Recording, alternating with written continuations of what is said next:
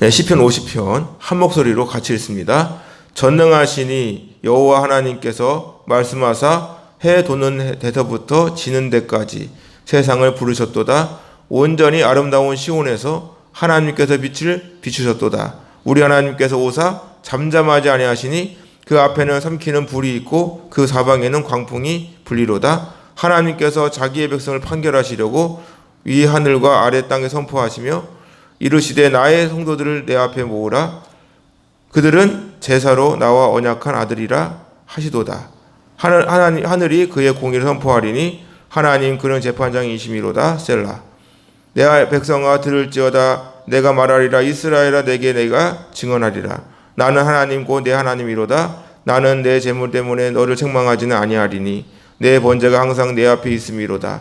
내가 내 집에서 숫소나 내 우리에서 염소를 가져가지 아니하리니 이는 삼림의 짐승들과 무산의 가축이 다 내 것이며 산의 모든 새들도 다 내가 아는 것이며 그들의 짐승도 내 것이미로다.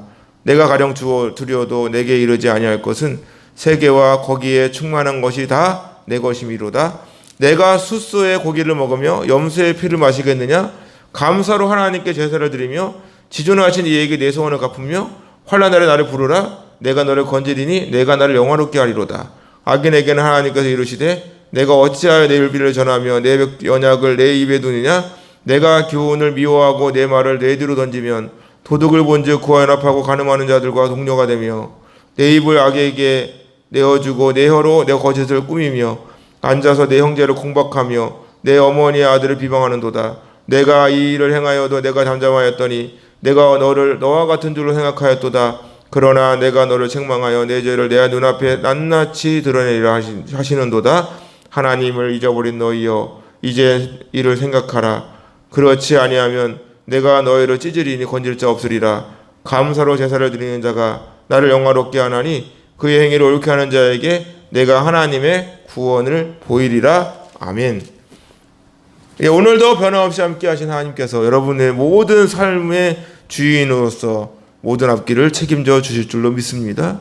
오늘 우리가 읽은 시편 50편을 보면 표제가 아삽의 시로 되어 있습니다. 아삽은 레인이죠.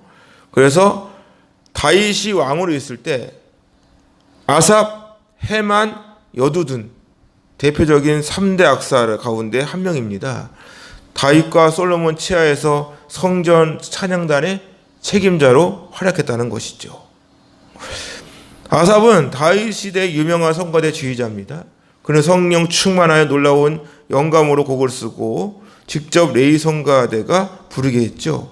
아삽은 선견자로 불려질 만큼 탁월한 영성을 지닌 인물입니다.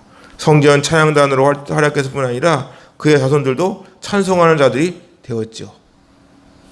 아삽은 바벨론 포로에서 돌아와서도 여호와 전에 지대를 놓을 때에도 찬송을 도맡아 합니다.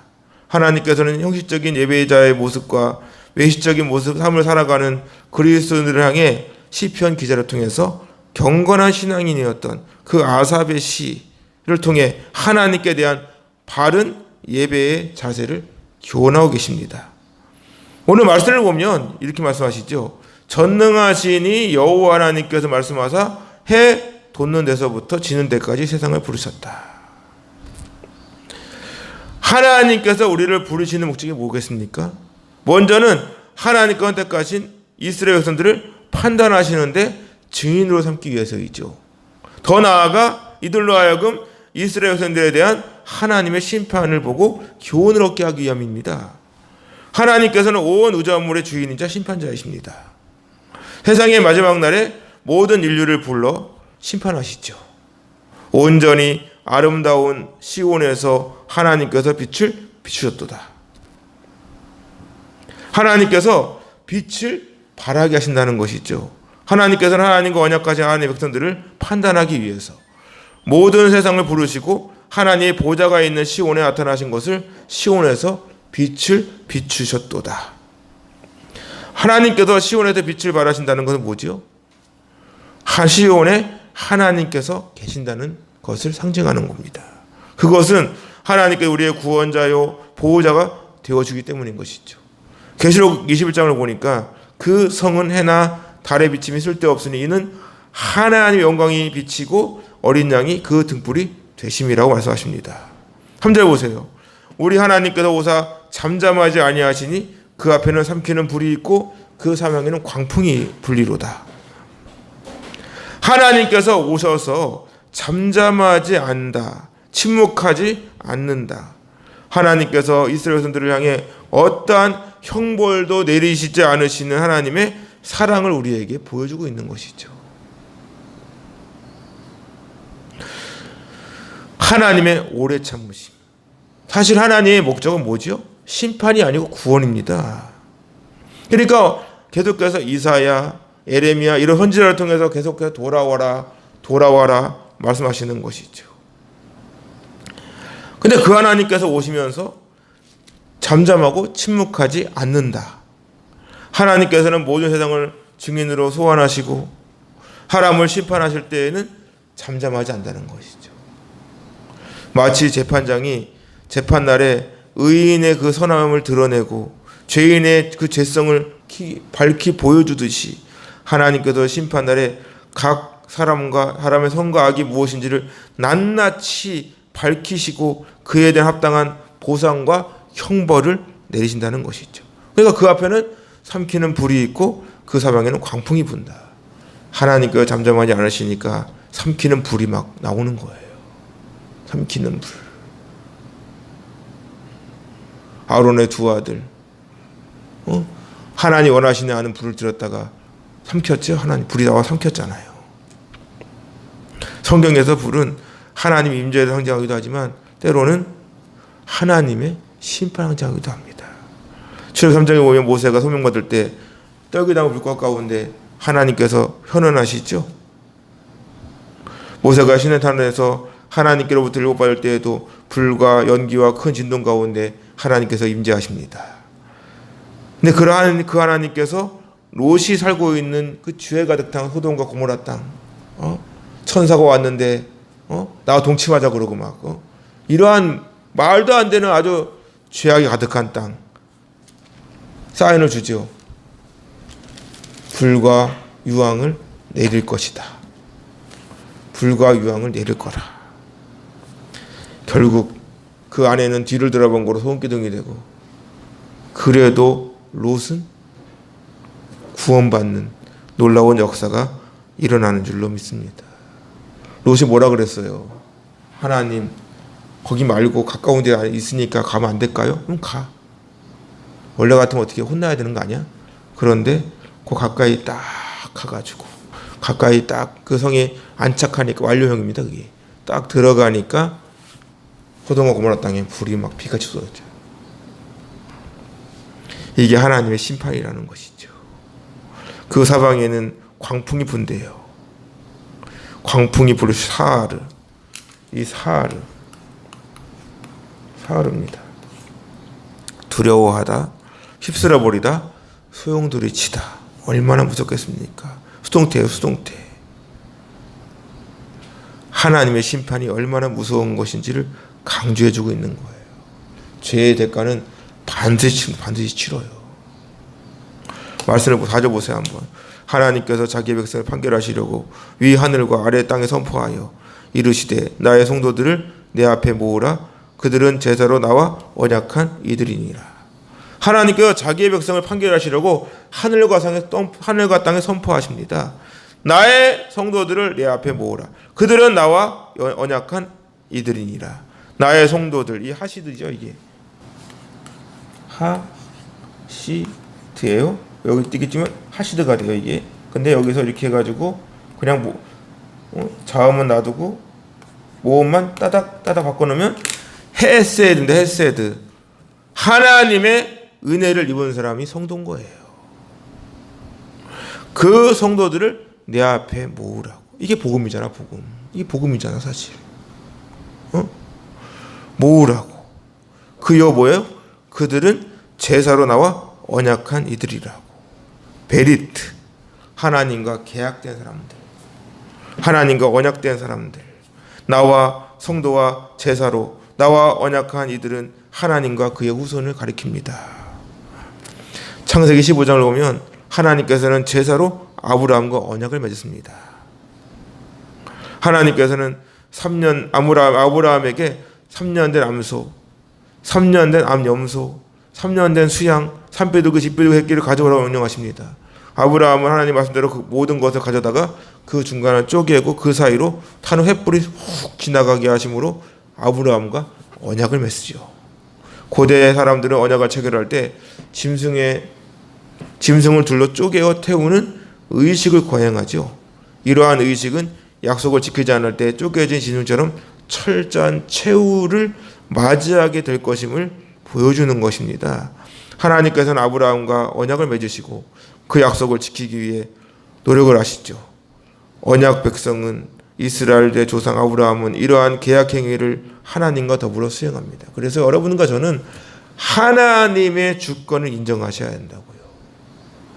내가 하나님을 믿는 게 아니고 하나님께 나를 택하시고 이끌어 가시는 거라고요.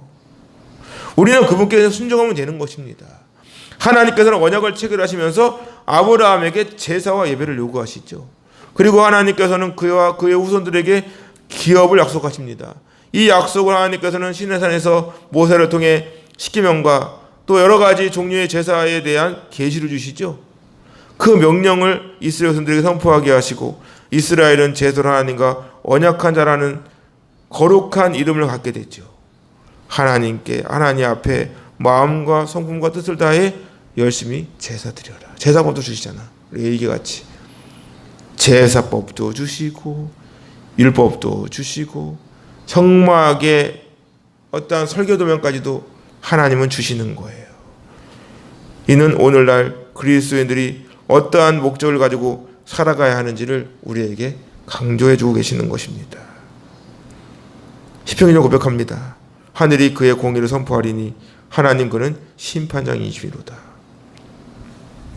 하나님이 하나님을 드러내고 있잖아요.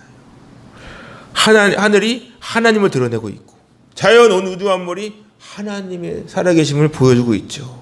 하나님께서 지금 이 시간도 하나님의 의를 선포하고 계십니다. 그 이유가 뭘까요? 하나님은 심판장이시기 때문에. 심판장 샤파트, 다스리고 통치하는 분, 공의로우신 분, 하나님 온 우주 만물의 통치자이십니다. 우리를 다스리시고 계시는 분은 하나님이시에요.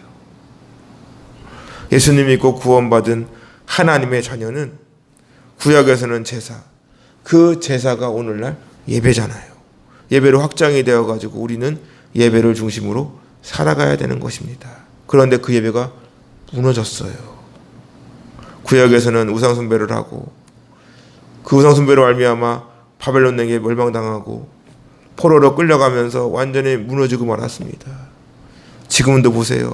코로나로 인해 얼마나 많은 교회가 무너져 있습니까?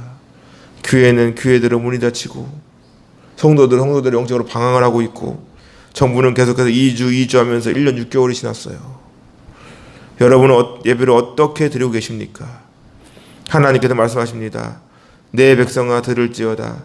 내가 말하리라. 이스라엘아 내가 내게 증언하리라. 나는 하나님 곧 내 하나님이로다. 쉐마 들어라. 명령법입니다. 백성들을 향해서 듣고 순종하라고 명령하십니다. 내가 말하리라. 따바르 PL 강조 능동이에요. 그냥 말하는 게 아니라 도저히 순종하지 않으면 안 된다는 것을 인식시켜 주는 겁니다. 발 잘 들어. 잘 들어. 잘 들어.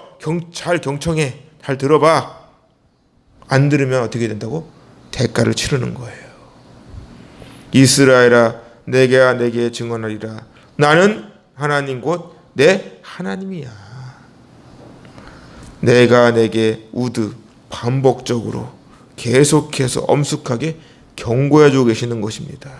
하나님께서 엄숙하게 경고하시는데 똑같은 말을 계속 반복하고 계시는 거예요. 나는 하나님 곧 내 하나님이로다. 하나님을 끊임없이 드러내고 계시는데 말씀 보세요. 나는 내 재물 때문에 너를 책망하지는 아니하리니 내 번제가 항상 내 앞에 있음이로다. 너를 책망하지는 않겠다는 거예요. 하나님께서는 내가 드리는 재물 때문에 절대로 너를 꾸짖거나 징계하는 일은 없을 거야. 그 이유가 뭘까요? 내 번제가 항상 내 앞에 있기 때문에. 여기서 번제는 뭡니까? 오늘날 예배죠. 사무엘 상을 보면 사울이 전쟁을 나가는데 그 전쟁을 나갈 때 꼭 번제를 드려야 됐어. 근데 번제를 드려질 사무엘이 오지를 않네. 일주일이 가서 일주일이. 그리고 어떻게 돼요? 적군은 공격할 틈을 찾고 있고 군사들은 무서워 도망을 가고 있고 흩어지고 있고. 그러니까 어떻게 돼? 왕의 직권으로 자기가 번제를 드려버립니다. 근데 꼭 마치 망을 보고 있다가 숨어서 보고 있다가 이때다 하고 나온 것처럼 나타나가지고 지금 뭐 한 거냐고. 엄청 혼나죠? 결국 서울을 버림받잖아. 하나님은 그 번제조차 그렇게 드리는 번제도 안 받는 거예요. 그러면서 하시는 말씀이 뭐야? 9절 보세요. 내가 내 집에서 숫소나 내 우리에서 숫 염소를 가져가지 아니하리니 이는 삼림의 짐승들과 뭇 산의 가축이 다 내 것이며 산의 모든 새들도 내가 하는 것이며 들의 짐승도 내 것이다. 하나님께서는 제사를 드리는 이스라엘 선들의 집에서 숫소나 우리의 숫 염소를 가져가지 않겠다고 말씀하시죠. 그게 뭐예요? 삼림의 짐승, 산의 가축 다 내 거야, 다 내 거. 다 내 거라고. 그러면서 내가 가령 주려도 내게 이르지 아니할 것은 세계와 거기에 충만한 것이 다 내 것이다. 모든 것이 다 하나님 것임을 선포하고 계시는 것입니다. 그리고 이어지는 말씀이 내가 숫소의 고기를 먹으며 염소의 피를 마시겠느냐? 감사로 하나님께 제사를 드리며 지존하신 이에게 내 소원을 갚으며 환난 날에 나를 부르라. 내가 너를 건지리니 내가 나를 영화롭게 하리라. 저는 오늘 말씀을 준비하면서 오늘날 우리의 모습을 생각해 봤어요. 우리가 예배를 드리는 이유가 뭘까요? 여러분, 예배를 드리는 목적이 뭡니까? 어떠한 목적을 이루기 위함인가요? 마치 예배를 안 드리면 뭐 큰일 날 것 같이 내가 어떠한 찜찜한 그런 것 때문에 드리는 겁니까? 어떤 의무예요? 우리가 예배를 드리는 이유, 우리가 하나님을 믿는 이유, 그것은 어떠한 목적을 이루기에 하나님께 예배를 드리거나 하나님 믿는 게 아니죠. 우리가 하나님께 예배를 드리는 것은 하나님께 선택된 백성과의 약속인 거죠. 예수님 믿고 구원받은 자가 할 수 있는 최고의 가치입니다. 하나님 말씀하시잖아요. 환난 날에 나를 부르라. 내가 너를 건지리니 내가 나를 영원롭게 하리로다. 여기서 환난은 차라, 어떠한 고통과 고난, 나를 부르라. 그러한 어려움 속에서도 하나님을 부르라는 것이죠. 하나님께서는 고통과 고난의 때에 하나님을 부르라고 명령하십니다. 지금이야말로 하나님을 찾고 부르짖어야 할 때이죠. 그렇기 때문에 더욱더 예배로 나아가야 되는 겁니다. 그가 나를 건질 것이다. 하나님께서는 반드시 우리를 구원해 주실 것을 말씀하시잖아요. 항상 기억하세요. 하나님께서 우리를 향한 목적은 구원이라고, 심판이 아니라고요. 자꾸 심판에 목을 맨다니까. 심판이 없어서가 아니라 예수님 믿고 구원받은 사람이 심판을 두려워서 살아갑니까? 아니잖아요. 다시 만난 하나님을 기대하고 기다리는 마음으로 살아가야지. 혼나는 거 아니야? 이러고 뭐 하나님 믿습니까? 그건 아니잖아요. 어떠한 확신을 가져야죠. 확신을. 그러한 의미에서 예수님의 십자가 은혜와 사랑으로 피값으로 우리는 영생을 얻게 된 줄로 믿습니다. 지금 이 시간 우리가 회복되어야 될 것이 뭐라 생각하십니까? 바로 예배예요. 예배. 사람이 어려움을 겪으면 가장 먼저 무너지는 게 뭡니까? 예배예요. 예배. 오늘 교회 가기 싫다. 교회 갈 맛이 안 난다. 언제부터 예배를 맛으로 드렸습니까? 오늘 기사학기 은혜가 안 되네. 이럽니까? 그러니까 사단은 끊임없이 예배를 무너뜨리는 거 아니에요. 하나님은 가장 가까이서 체험할 수 있는 그 임재의 그 시간을 계속 방해 놓잖아요. 교회를 가지 못하도록. 코로나 방역지침이라고 해서 명분을 내세워가지고 교회가 지금 얼마나 어려움을 겪고 있습니까? 교회 문은 닫혀 있고 예배 인원을 국가에서 조정을 하고 10% 드려라, 20% 드려라, 한 명만 드려라, 오히려 차라리 마스크를 잘 쓰고 방역지침을 잘 지켜서 예배를 잘 드리고 그렇게 서로 이렇게 했다면 괜찮았어요. 근데 어떤 분도 이렇게 말을 하더라고. 아니 몇몇 교회가 잘하지 않아서 그런 거 아니냐. 그러면 그 몇몇 교회 때문에 전국에 있는 모든 교회 다 문 닫게 합니까? 그러면은 어떠한 상가에 있는 어떠한 기관이나 식당들에 코로나 나왔다고 해서 동종업체를 다 문 닫게 합니까? 그런 건 없잖아요. 이렇게 말하면 또 교회를 또 그런 거에 비교한다고 그런다니까. 또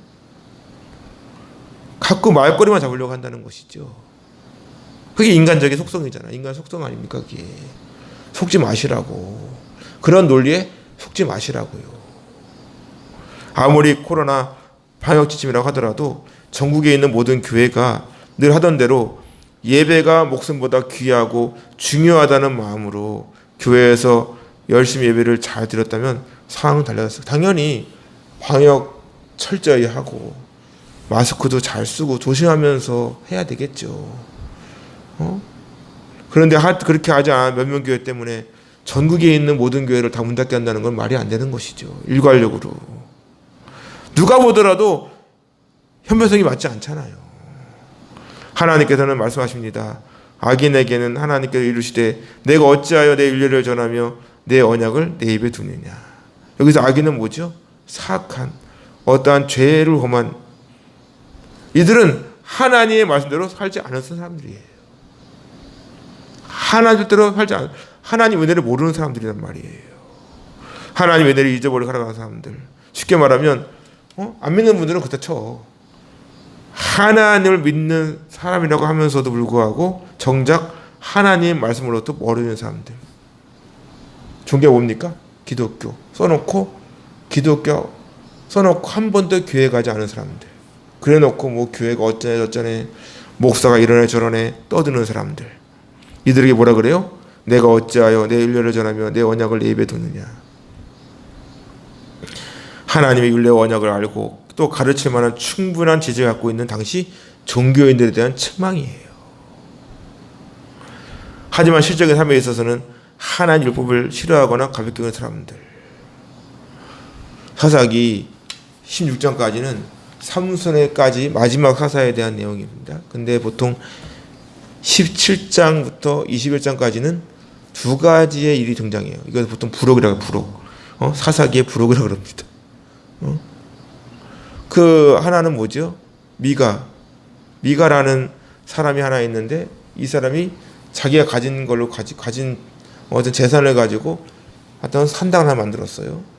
그래가지고 거기에 에봇과 드라임을 세워놓고 만들어 놓고 섬기고 있는 거야. 근데 마침 또 어떤 청년이 지나가는데 보니까 레위 사람이래요. 레위 사람이야? 일로 와봐. 내가 월급 줄 테니까 이거 좀 관리해줘. 먹고 사는 게 힘들다 보니까 이 사람은 또 캐절해 부리면서 또 돈 준다니까 먹여준다니까 거기에 딱 하나 이렇게 그 일을 맞는 모습을 보세요. 또 하나는 베냐민 그 레위 사람인데 첩을 뒀어요. 첩을 뒀습니다. 첩을 두었는데 이 첩이 바람이 나가지고 간통을 하고 결국에는 집을 나가버렸네. 그래서 이 사람이 아내 찾겠다고 또 나갔어요. 나가가지고 장인의 집에 갔네. 장인의 집에 갔는데 이 장인이 또 사위를 되게 또 귀하게 봤는지 나 한잔 하세. 그러면서 먹고 마시고 하루가 가고 이틀이 가고 3일이 가고 그러다가 레위 사람이 어떻게 해요? 나 가야 되겠다고. 안 됩니다. 나 가야 됩니다. 그래가지고 가겠다는데 그래 가. 그래 한 잔만 더 하고 가. 이러다가 또 하루를 더 넘겼네. 또 마지막 날이었어. 이제 5일째 이제 진짜 가려고 짐 쌌어. 이제 다 싸가지고 하는데 그날 또 붙들려가지고 또 마시고 하필 그날 잃어버렸죠. 그 첩이 그 마을 불량배한테 걸려가지고 완전히 함부로 학대를 하고 그러는 바람에 그 학대라는 말은 성적으로 학대입니다. 성학대야, 성학대. 업문에는 성학대입니다, 그게. 결국 여자가 죽었어요. 이 남자가 화가 나가지고 너무 속상하니까 그걸 쪼개가지고 다른 지파에게 싹 보내버렸어요. 마디를 하나씩 해가지고 머리 저쪽에 뭐 이렇게 해가지고 어떻게 됐습니까? 베냐민 지파가 완전히 작살났죠. 그 일로 말미암아. 레위 사람이야, 레위 사람. 문제는 레위 사람으로부터 일이 시작됐다는 거예요. 이게 바로 영적 암흑기에 일어나는 일들이었다고요. 오늘은 달라집니까? 오늘은 별반 다릅니까? 목사도 예외가 없다고요. 영색은 목사고 장로고 권사고 안수집사고 집사고 그리스도인이라고 말을 해요. 그런데 회당 밖에서 어떠한 모습을 보여주고 있는가? 어떠한 모습을 보여주고 있습니까? 제가 어떠한 뭐 정죄를 하려고 이런 말 하는 겁니까? 제가 잘나서 저는 뭐 거룩해서 이런 말을 하는 게 아니에요.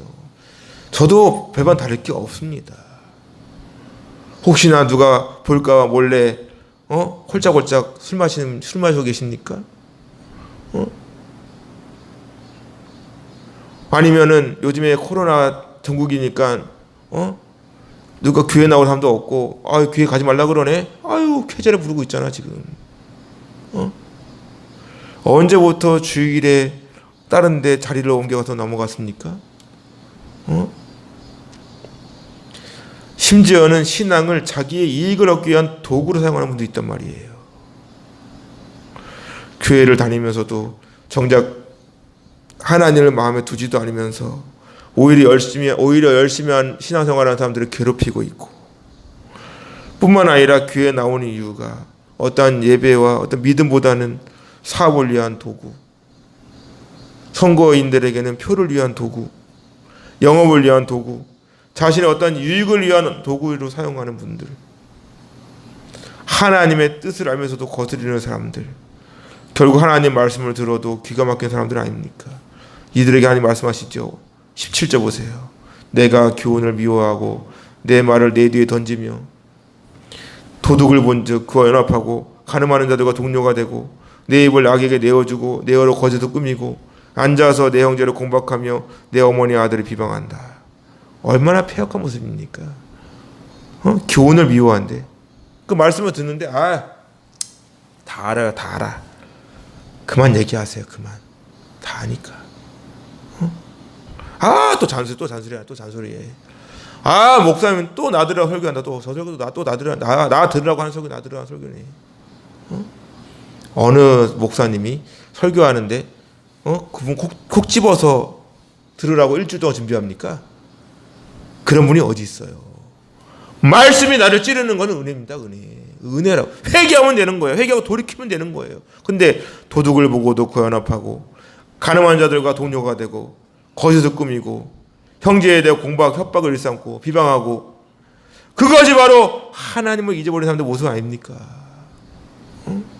뻔히 죄인지 알면서도 그 죄에 물들어가는 사람들, 똑같은 일을 벌이고 있는 사람들, 모르고 하는 거는 몰라서 그렇다 쳐.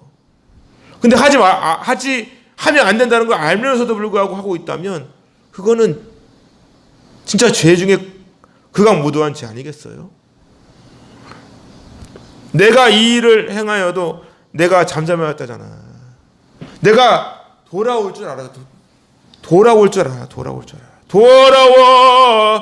줄 아는 거예요. 가만히 보고 계신 겁니다. 보고 계신 거. 잠잠하면 두 가지가 있겠죠. 하나는 뭐야? 돌아오기를 기다리는 마음으로 잠잠하는 게 있고, 하나는 그래 내버려 두는 거예요. 그냥 그건 버린 거. 죄를 지었는데 아무런 반응이 없어. 부모가 아이에게 줄 수 있는 최고 형벌이 뭡니까? 외면입니다. 외면. 그래 네 멋대로 해. 나 모르겠다. 그래 네 멋대로 해. 나가! 이러는 거죠. 내가 나를 너와 같은 줄로 생각하였다고. 하나님이 눈에 보이지 않으니까 죄에 대한 인식도 없는 거예요. 이것이 바로 사사시대와 같은 모습입니다. 그때 이스라엘 왕이 없으므로 사람이 각기 자기의 소견에 오른 대로 행하였도다. 왕이 없어서 왕이 없다는 것입니까? 이게 왕이 없어서 왕이 없는 거예요? 진정한 왕은 하나님이심에도 불구하고 겉으로 보이는 사람 왕이 없다고 해가지고 하나님을 겉으로만 믿을 뿐이지 그 삶은 완전히 하나님이 없는 삶이 외면해 버리는 거예요. 외면해 버리는 거. 그러니까 레인이 첩을 얻고 그걸로 말미암아 전쟁이 일어나고 이스라엘 12지파 중에 베냐민 지파가 가져가진 완전히 역사에 사라질 뻔했죠. 하나님께서는 이들에게 말씀하십니다. 내가 너를 책망하여 내 죄를 내 눈앞에 낱낱이 드러내리라. 하나님께서 죄를 눈앞에 낱낱이 드러내어 그 죄에 대한 징계를 꾸짖고 그 대의 대가를 치르게 하시겠다. 그것에 대한 표본이 뭡니까? 솔로몬이에요. 솔로몬이 잘 나갔잖아. 사실 믿음 얼마나 좋았습니까? 근데 말년에 이방 왕의 딸을 아내로 들이면서 문제가 생기기 시작해요. 아내를 많이 둡니다. 그래가 어떻게 됩니까? 그 아내를 두는데 그 아내들이 자기가 섬기는 신을 찾아요. 그러니까 조화가 어떻게 돼? 한 당을 지어줘. 참. 결국 어떻게 됩니까? 그 죄로 말미암아 르호보암 때 나라가 둘로 쪼개져 버리죠. 남과 북이 갈라지고 북이스라엘은 아수르에 멸망하고 남유다는 바벨론에 멸망을 당합니다. 잠깐만 70년 동안 바벨론의 포로로 지내게 됩니다. 그때 끌려간 대표적인 인물 누구예요? 다니엘과 에스겔. 저는 이 자리에 모인 여러분들에게 말씀합니다. 하나님께서는 왜 관망하고 계실까? 하나님께서 계시지 않기 때문일까? 하나님께서는 코로나를 없앨 수 없는 분인가? 하나님은 분명히 살아계십니다. 온 우주 만물의 주관자는 하나님이십니다. 우리에게 중요한 것은 우리의 잃어버린 정체성을 회복해야 됩니다. 그것은 바로 예배로부터 시작되는 거예요. 예배를 회복해야 합니다. 예배를 목숨보다 귀하게 여기세요. 우리는 지금 나의 잃어버린 신앙을 회복하는 계기로 삼아야 합니다. 하나님께서는 또 한 번 강조하십니다. 하나님을 잊어버린 너희여 이제 이를 생각하라. 그렇지 아니하면 내가 너를 찢어버린대요. 건질 자가 없을 거래. 하나님을 잊어버리니 샤카으, 잊어버리다, 모르다, 무시하다. 아삽을 생각해 보더라도 성전에서 찬양을 감당했던 사람입니다. 레위 사람이에요. 그런데 예배를 잊어버렸어요. 사사기가 그러했고 바벨론 포로가 그랬습니다. 70년 동안 이방 땅에서 지금이 시작했어요. 지금이 그렇잖아요. 저기도 잊어버리고. 지금 봐요. 1년 6개월 동안 교회를 안 간 분이 있어요. 있다고. 예배를 잊어버린 거야. 말씀도 잊어버렸어. 자녀는 말할 것도 없고. 지금 가장 심각한 거 어디입니까? 주일학교예요. 주일학교가 가장 심각해요. 지금 큰일 났습니다. 우리나라 영적 암흑기예요. 정말. 레위 사람도 이방 땅에서 이방 사람과 결혼을 하지 않았는가? 그만큼 신앙을 지킨다는 거 쉽지 않아요. 하나님을 잊어버린 너희여 이제 이를 생각하라. 영적 분별력을 가지라는 거예요. 하나님을 기억하라는 거예요. 힘들고 다급할 때는 하나님을 찾고 하나님의 도움을 구하다가 하나님의 은혜로 문제가 해결되고 인생이 편안해지면 다시 하나님을 배반하고 세상으로 돌아가 버리는 사람들. 사사시대 그렇잖아. 사사시대. 죄를 지어가지고 혼나니까 어떻게 돼? 하나님 살려주세요. 그러니까 하사를 보내줘요.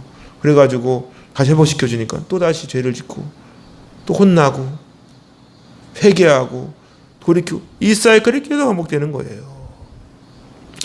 우리는 절대로 하나님의 은혜를 잊어서는 안 됩니다. 우리가 어떻게 예수님의 십자가의 사랑을 잊을 수 있겠습니까? 어려움이 해결되면 슬그머니 예배를 멀리하다가 결국에는 아예 하나님 잊어버리고 살아가는 모습들. 어려울 때는 하나님을 찾고 힘들 때는 기도하면서도 먹고 살만 하니까 기도하지 않고 하나님을 찾지 않고 세상에 슬그머니 물들어가는 사람들. 그 사람들이 하나님을 잊어버린 사람들입니다. 하나님께서는 마지막으로 이렇게 말씀하시죠. 23절 보세요. 감사로 제사를 드리는 자가 나를 영화롭게 하나니 그의 행위를 옳게 하는 자에게 내가 하나님의 구원을 부여줄게. 감사로 제사를 드리는 자, 희생 제물로 도살하다. 짜바흐.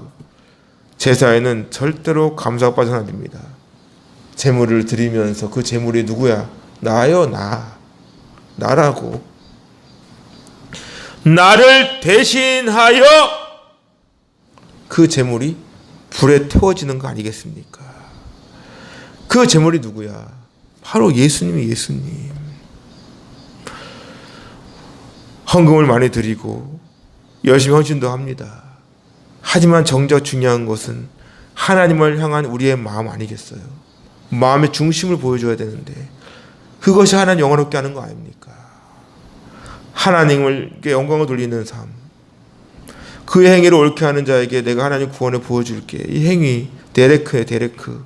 이 데레크라는 단어는 뭐냐면 어떠한 삶의 태도, 방식 이런 것을 의미합니다. 하나님의 그 삶의 방식, 그것을 옳게 하는 자에게 확고히 하는 거, 확고히 하는 거. 여러분들은 삶의 목적 어디에 둡니까? 하나님께 두는 삶이 있고 세상에 두는 삶이 있을 거 아닙니까? 어쩌겠습니까? 말로는 하나님께 더 말하겠죠. 근데 삶 속에서는 정말 하나님께 그 목적을 두고 살고 계십니까? 하나님의 말씀을 의지하고 하나님께 인도하시는 대로 순종하며 나아가는 삶이 바로 그 행위를 옳게 하는 자 아니겠어요? 오직 하나님만 바라보고 하나님께만 집중하고 사는 인생. 사실 교회에서 드리는 형식 예배보다 더 중요한 것은 삶의 현장에서 예배자의 모습을 알아가는 것이겠죠. 그런데 지금은 교회에서 드리는 예배부터 무너졌단 말이에요. 사람들은 말합니다. 꼭 교회에서 드리는 예배만 예배냐? 삶에서 드리는 예배가 진짜 예배지. 맞아요. 맞아. 그래. 그런데 이 말에는 어폐가 있어요. 교회에서 드리는 예배가 무너졌는데 삶으로서 예배가 이어질까요? 여러분은 삶에서 얼마나 예배 중심적인 삶을 살아가고 계십니까? 예배가 누구를 위한 예배입니까? 하나님을 위한 예배입니까? 아니면 나의 만족을 위한 예배를 드리고 계십니까? 잘 생각해 보세요. 우리는 우리 예배가 절대로 나의 만족을 위한 것이나 나를 드러내는 예배가 되어서는 안 됩니다. 사실 인터넷으로 드리는 사람 중에도 영상을 보면서도 교회에서 드리는 예배 이상으로 잘 드리는 분도 분명 계십니다. 우리가 이 시간을 통해 정말 깊이 생각해 볼 것은 예수님 믿고 구원받은 하나님의 자녀로서 나는 하나님 앞에 어떠한 모습으로 서 있는가? 언제부터 주일에 예배의 자리를 벗어나서 여행을 가고 개인적 일을 보았습니까? 보통은 교회에서 하루 종일 헌신하고 봉사하며 보내지 않았습니까? 성가대원으로, 교사로서, 주일학교 교사, 리더로서, 구역장으로서, 주안봉사로서 여러 가지 많은 일을 했단 말이에요. 근데 지금은 그 일을 하지 않으면서 오히려 하나님을 사모하기보다는 이제 점점 세상에 물들어가는 것. 하나님 잊어버리고 있지 않습니까?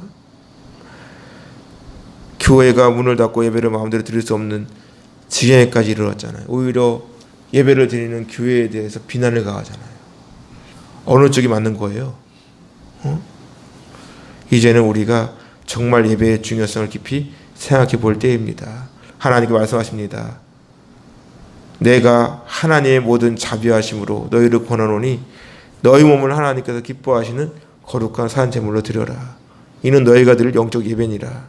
너희는 이 세대를 본받지 말고 오직 마음을 새롭게 함으로 변화를 받아 하나님의 선하시고 기뻐하시고 온전하신 뜻이 무엇인지 분별하도록 하라. 그것이 바로 참된 예배자의 모습인 줄로 믿습니다. 우리가 이 시간을 통해 회복되어야 될 것은 예배의 감격이에요. 예배의 감격이 없으니까 예배가 재미가 있네 없네, 지루하네, 설교가 기네 짧네, 소리가 크네 작네, 조명이 어둡네 밝네, 교회당이 예배당이 춥네 덥네, 이런 식으로 예배를 평가한단 말이에요. 오늘 성가대 찬양은 희한하게 은혜가 안 되는 거만 또 틀렸어. 왜 이런 식? 교회 청소도 안 했나? 그럼 자기가 하면 되잖아, 청소를. 왜 안 되는 거 지적하냐고, 자기 하지도 않으면서. 이러한 모습들. 남의 교회 다닙니까? 남의 교회야? 주님의 교회야, 주님의 교회. 어느 분이 그랬대. 교회 이제 어느 이제 교회에 이게 교회를 이제 오니까 새벽기도 나오려 가까이 나왔대요. 나왔는데 딱 갔는데 예배 땅이 휴지가 떨어질 수 있잖아요. 그러면 자기가 주스면 되잖아. 그런데 그거에 대해서 이마저말 한다면 그것이 과연 맞는 모습일까요? 결국 예배를 드려도 나의 만족을 위한 예배밖에 안 되는 거예요. 우리는 달라져야 합니다. 예수님 믿고 구원받은 감격을 회복해야 돼요. 그 모습을 가지고 감사하는 마음으로 예배로 나아가야 합니다. 누굴 위한 예배입니까? 하나님을 위한 예배 아니에요? 그럼 하나님을 감동시키는 예배가 돼야죠. 그게 바로 우리가 회복해야 될 신앙인 줄로 믿습니다. 다시금 나에게 베풀어 주신 하나님의 은혜와 사랑을 되돌아보시고 더욱더 힘차게 예배를 목숨보다 귀하게 여기는 마음으로 하나님을 감동시키는 참된 예배자가 될 수 있기를 주님의 이름으로 축원합니다.